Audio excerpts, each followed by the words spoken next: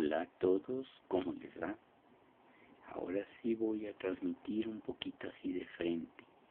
Vean mis ojos, si es que los encuentran, ¿verdad? Porque soy un gato negro, soy la sombra negra felina. Y les doy la bienvenida a escuchar esta pequeña historia de terror. Vamos a ver qué podemos ver aquí. Vamos a hablar de la extraña mujer de negro en la carretera México-Toluca. Debido a su trabajo, don Antonio Méndez debía hacer de noche el recorrido entre la Ciudad de México y Toluca. Siempre iba acompañado de su compadre Ernesto, pero este había pescado una terrible gripe aquella tarde de diciembre y por ello en medio de las sombras el señor iba solo y temeroso manejando su viejo automóvil. Él ya había oído rumores de que en esa carretera sucedían cosas muy raras. Para distraerse traía la radio encendida. Atravesó el túnel que está después de la Marquesa y por el que hoy se acorta mucho el recorrido entre las dos ciudades. Al salir de dicho tramo, volvió a oírse la música del recuerdo de una estación especializada en avivar la nostalgia de los sesentones. Era un bolero que le hizo atravesar entre gratas memorias el largo puente de cemento que sigue al túnel.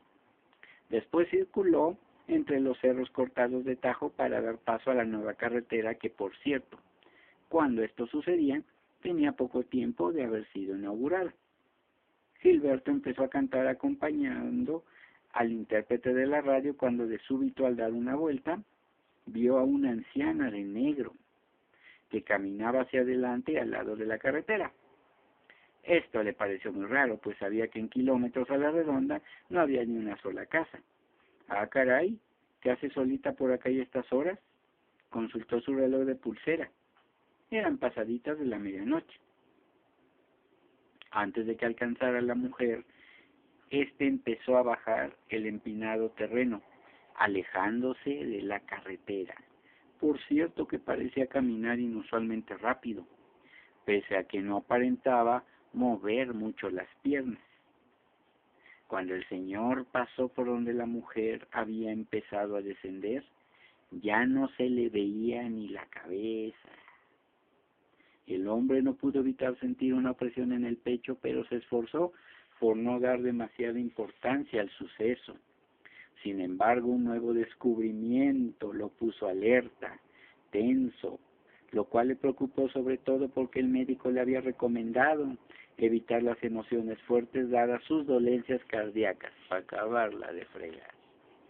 Sucedió que la señal de la radio se había perdido unos instantes sin haber razón para ello, pues había sucedido justo cuando iba ya por un terreno alto, sin cerros ni montañas a la vista. Poco a poco la señal fue volviendo. El señor comenzó a entonar una nueva melodía cuando la voz se le quebró de golpe, pues los faros de su vehículo iluminaron de repente a la misma mujer que viera unos 5 kilómetros atrás. Iba entrando a la cuneta despacio, siempre de espaldas al conductor. Avanzó unos metros con su andar calmado y más adelante volvió a bajar para irse desvaneciendo entre las sombras. Santa Madre de Dios. La radio volvió a perder la señal y la recuperó de nuevo metros adelante. Para entonces, el conductor estaba a punto del desmayo y empezó a tallarse el pecho fuertemente.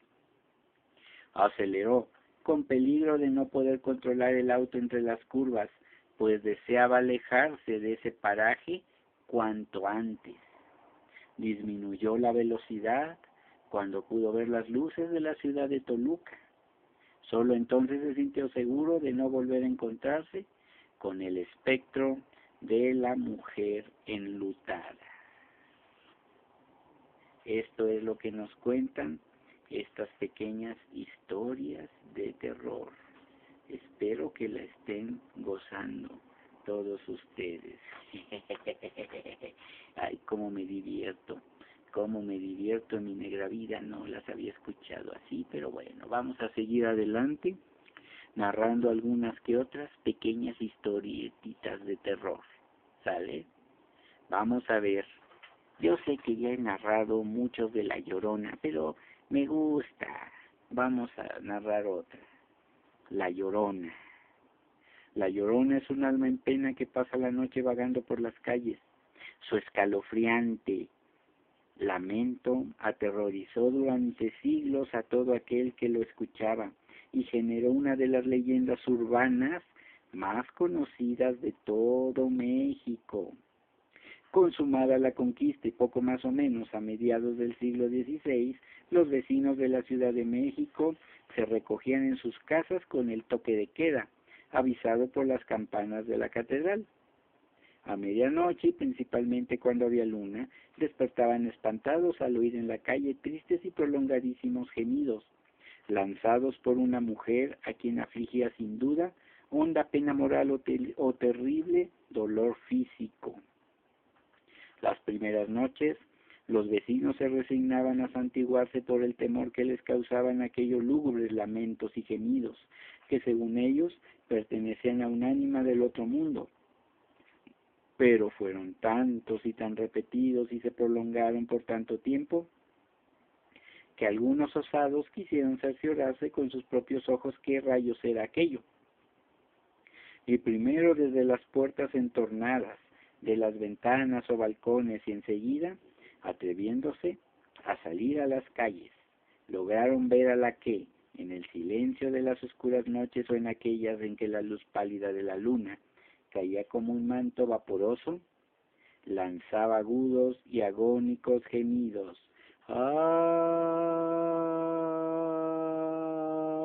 mis hijos! ¡Ay! Vestía la mujer un traje blanco y un espeso velo cubría su rostro. Con lentos y callados pasos recorría muchas veces las calles de la ciudad. Cada noche tomaba distintas calles, pero siempre pasaba por la Plaza Mayor, hoy conocida como el Zócalo de la catedral, de la capital, donde está enfrente de la catedral, donde se detenía e hincaba de rodillas, dando el último angustioso y languidísimo lamento en dirección al oriente. Después continuaba con el paso lento y pausado hacia el mismo rumbo, y al llegar a orillas del lago, que en ese tiempo todavía entraba dentro de algunos barrios, como una sombra se desvanecía entre las aguas. La hora avanzada de la noche, el silencio y la soledad de las calles y plazas, el traje, el aire, el pausado andar de aquella mujer misteriosa y sobre todo lo penetrante, agudo y prolongado de su gemido.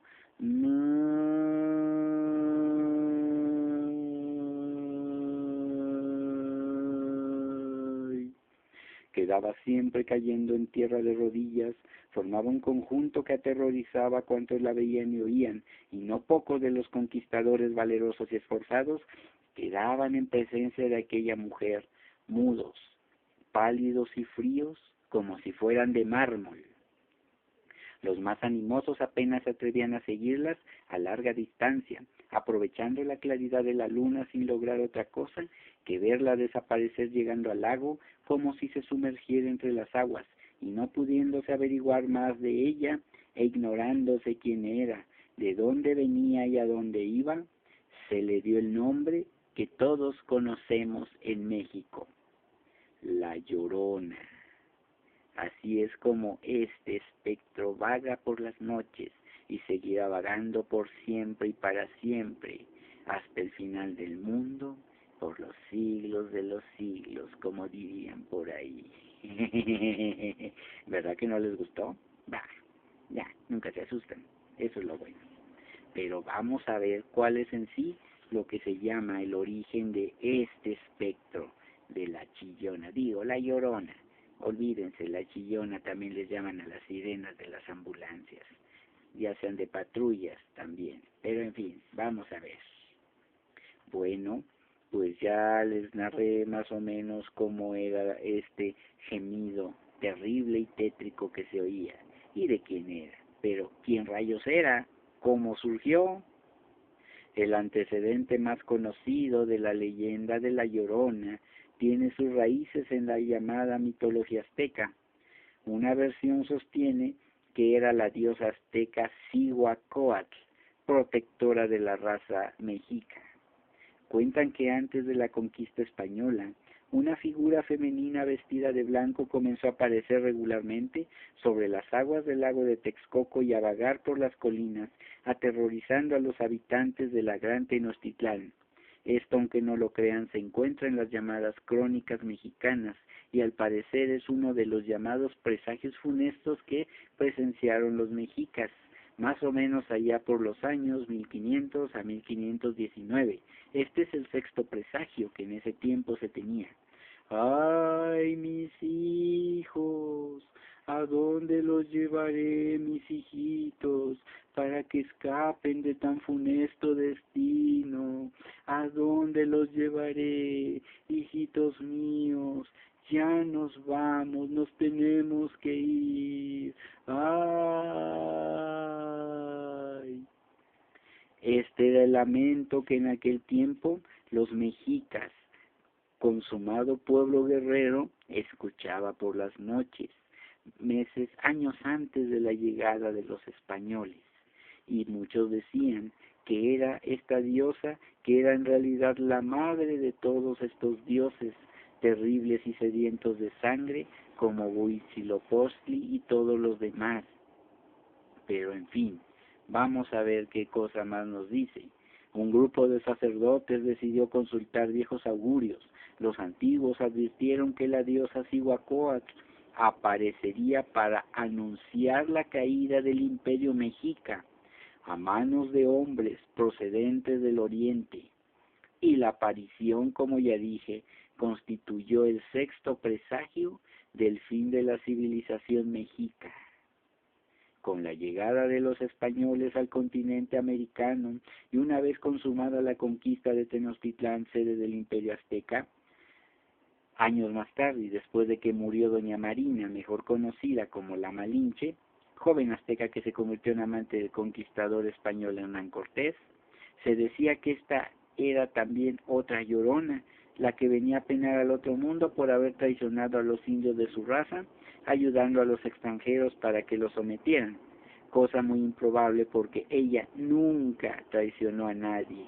Más bien fueron los indígenas quienes la traicionaron, primero su familia vendiéndola como esclava a otra tribu y de aquí la vendieron a los indígenas del Tajín en Veracruz, que a su vez se la cedieron a don Hernán Cortés.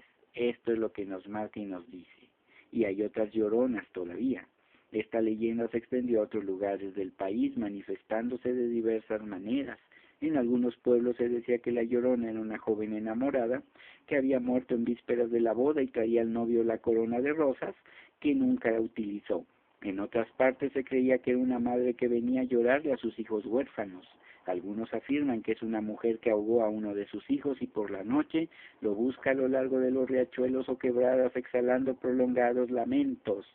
Otra descripción de la Llorona es la siguiente: mujer de figura desagradable, alta y desmelenada, de vestido largo y rostro cadavérico, con sus largos brazos sostiene a un niño muerto. Pasa la noche llorando, sembrando con sus sollozos lastimeros el terror en los campos, aldeas y aún en las ciudades. Se hace referencia a este personaje acorde con la tradición oral, donde se le define como una madre soltera que decidió no tener a su hijo y por eso aborta la maldita, acarreándole esto el castigo de escuchar permanentemente el llanto de su niño. Este castigo la desesperó y la obligó a deambular por el mundo sin encontrar sosiego ni perdón, llorando, gimiendo y llorando en este valle de lágrimas, indagando por el paradero de su malogrado hijo. Así es como surgen también otras leyendas de la Llorona. Cada región tiene las suyas. En Puebla se dice que la Llorona tiene también rostro de caballo, de burro o de mula, lo cual la hace aún mucho más terrorífica. Y esta lanza a los hombres que la ven en la noche, les hace señas y como que los hipnotiza. Y estos van de idiotas ahí sobre ella y se caen a un barranco. No siempre se mueren, pero es lo que sé. Eso es todo.